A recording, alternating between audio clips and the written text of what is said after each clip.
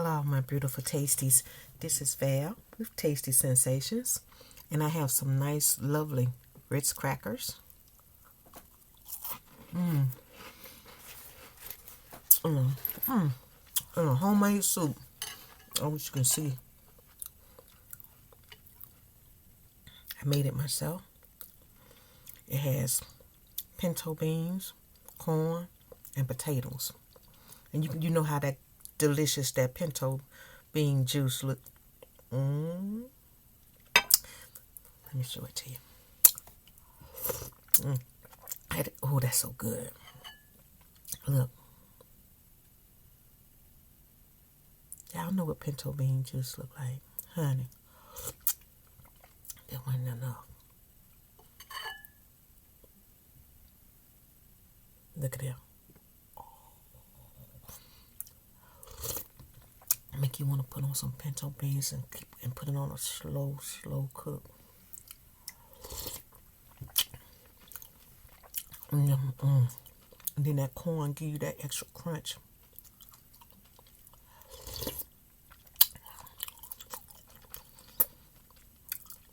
And for good measure, y'all, I throw some potatoes in there.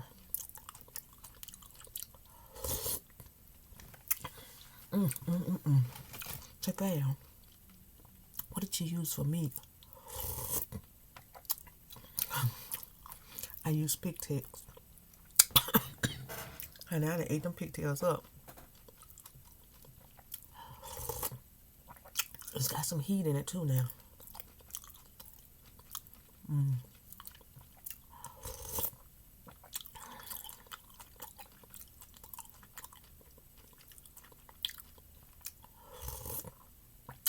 Oh, that's good.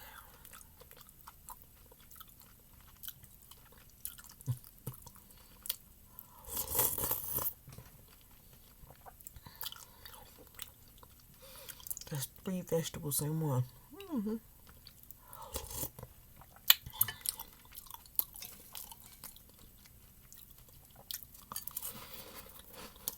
Y'all know I'm not a great fan of bread, but I like crackers. Especially if some cheese on it, some caviar, some meat, a little lunchy meat, peanut butter, pimento cheese,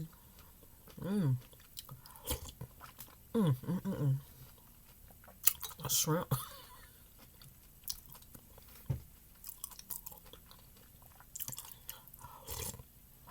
The kind that you have with a shrimp cocktail. That's the kind I like on the cracker.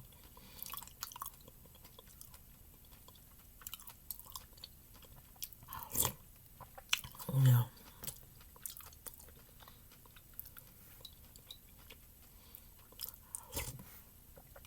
And the saltiness of a caviar.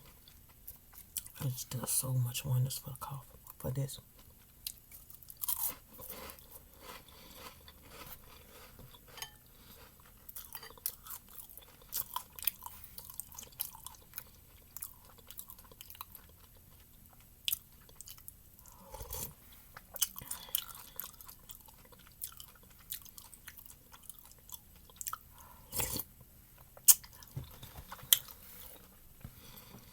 I don't know if I want to do the soup on camera because the way my setup is in here, you can't see directly into the bowl.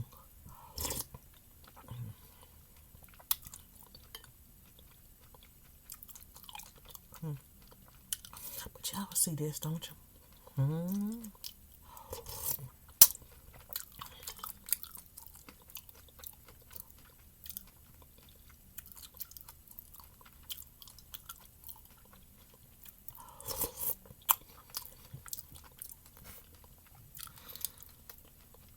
Now I should have cut this potato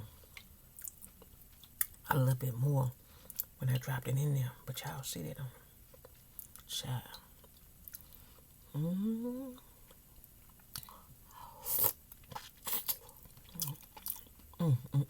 Yeah.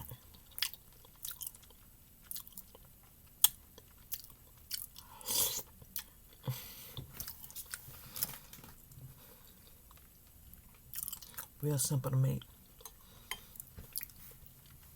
All the beautiful seasonings that you have already in your cabinet, put it in the pinto bean. Don't forget to put a scoop of sugar in it. It'll help. If you don't have no pigtails or oxtails or neck bones or hog maws or anything like that, no pig, pork steak, ribs, pork ribs, when you got none of that, smoked anything, you can always get you a spoon of butter. Like that. Throw it in your water. Let that be your fat. You can even put oil in it. Pour you some oil in it. You need some fat when you're cooking beans. People might not tell you this, but that's the secret in the South. You got to have some fat in the beans and greens.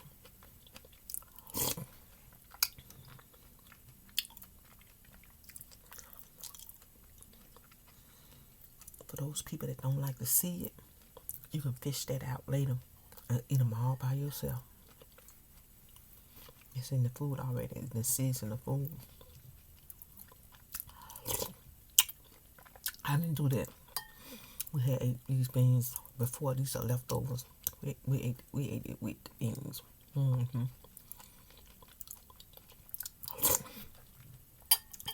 the thing about this, it's really, really filling. All you need is a bowl of it. You don't really need these.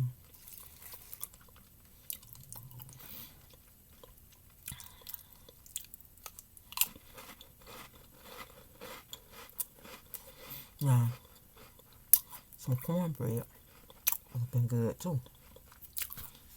When the last time y'all had some crackling bread? Child. I made some. I know how to make it now. I said, Bear, how you make it? Okay.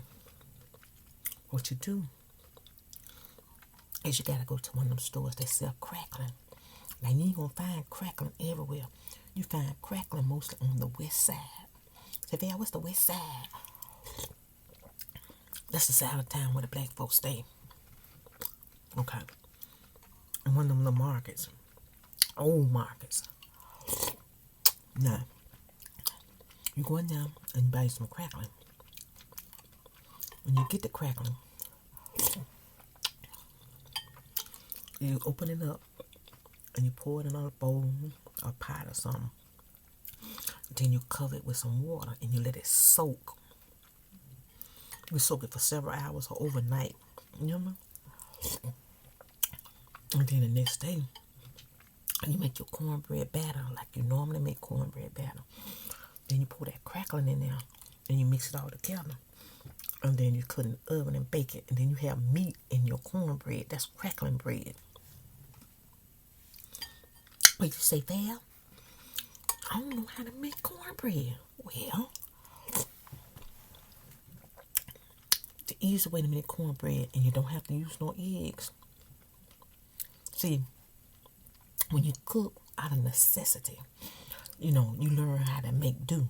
Now let me show you how to make dough. Okay, this is what you do. You get some flour, pop a 1/3 cup of flour.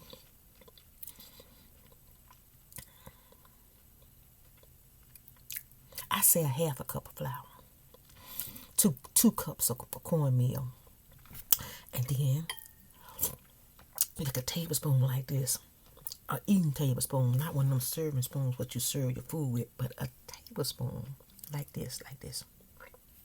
Tablespoon. This ain't no teaspoon, this is a tablespoon. I'm eating with a tablespoon. Well, anyway, you get your tablespoon and you just scoop out 2 things of mayonnaise. 1, 2, throw that in there. That's in there with your flour and your meal. Okay. Now, then that's in the place of eggs. Don't get all fancy with me talking about, girl, you put mayonnaise in your cornbread.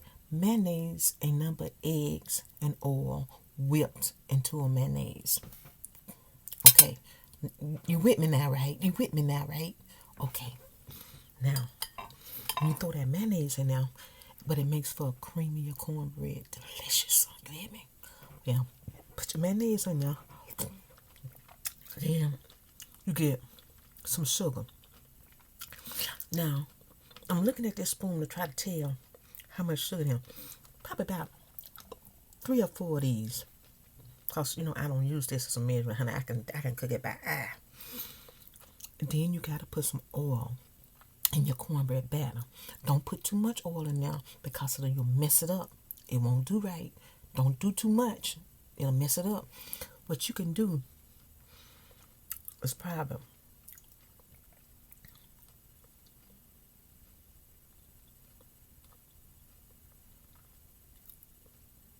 I would say 3 of these.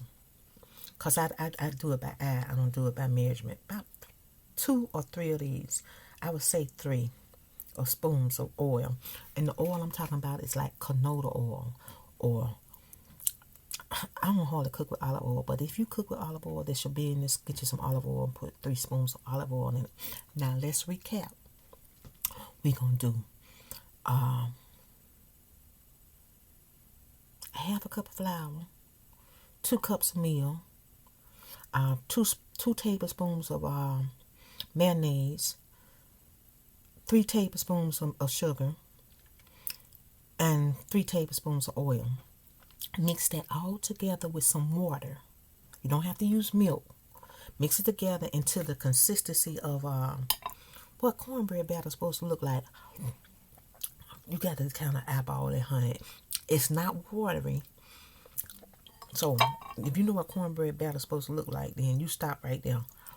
And if you think you can put too much water in, add some more meal to it to help yourself out. Now, when you do that, mix it all up. And hopefully you don't put too much water in it. You grease your pan. Just grease a pan. Yeah, honey. Whatever you're going to put your cornbread in. Whatever you're going to put it in the oven in the skillet. Whatever you're going to do. You oil your pan. Pour some grease in there. And slosh it around like that. Rub it all the way around the edges and stuff. Not too much. You don't want to have greasy cornbread. But just cover your bottom of your pan and the sides of your pan. Then you pour that batter in there. You stick it in the oven, okay? Now, when you stick that bread in the oven, what you need to do is put it in there for about 35 to 45 minutes. Now, put it in there for 35 minutes. Then let the alarm go off and you go back in there and look at it. Then if it's beautiful, beautiful golden brown, well, if it ain't that, then you let it cook for the rest of the 45 minutes because I don't know how hot your stove be. You get me? Okay, but if it's a beautiful, beautiful brown, kind of like this, but a little darker, that pretty, pretty, pretty gold. What kind of pretty gold would the color that be? I would say, that's not dark enough. Let's see. That's my foundation, y'all. I'm trying to get a darker color. A tan color. Y'all know what cornbread look like. But when that cornbread come out that oven, you don't cut it then. You sit it on top of the stove while it's still hot. Let me tell you what you do while it's still hot. You go in the refrigerator. You get that tub of butter that you got in there. You scoop out some butter. You can put it on a butter knife, or you can put it on a spoon like this and dump it on there. Get you a butter knife and spread it all the way around it. Spread it on top of it. Let that butter melt all on top of it. Let it go all around the sides of it, on the sides going down in there. And let that butter seep down in that cornbread. Just a scoop. You ain't doing too much. Just a scoop. Like a tablespoon. Now, you let that bread sit. You let that bread rest for a while. While you're doing your other stuff. Cooking other stuff. Getting some water. Making the Kool-Aid. When the last time y'all made Kool-Aid? But anyway, Don't sleep on it. Go back to it. But anyway, when that bread cool and you cut it, you got yourself some. You got yourself some then. You got yourself some. You can eat you some milk and cornbread then. I did a video of eating milk and cornbread. Buttermilk and cornbread. Y'all know about that. Y'all ain't just been born yesterday. Well, some of y'all have. Some of y'all don't know nothing. About nothing. I tell y'all about buttermilk and cornbread. You go, no, child. Where'd you get that from? Don't knock it till you try it. This is Val with tasty sensations. Everything is tasty, baby. And this is Val with tasty sensation. Don't you forget to hit that subscribe button. I gave y'all some good cooking ideas. So if you ain't got nothing to cook today, go home, cook you some pinto beans and cornbread. There you go. I told you how to cook it. And enjoy. Subscribe, share, and please like it.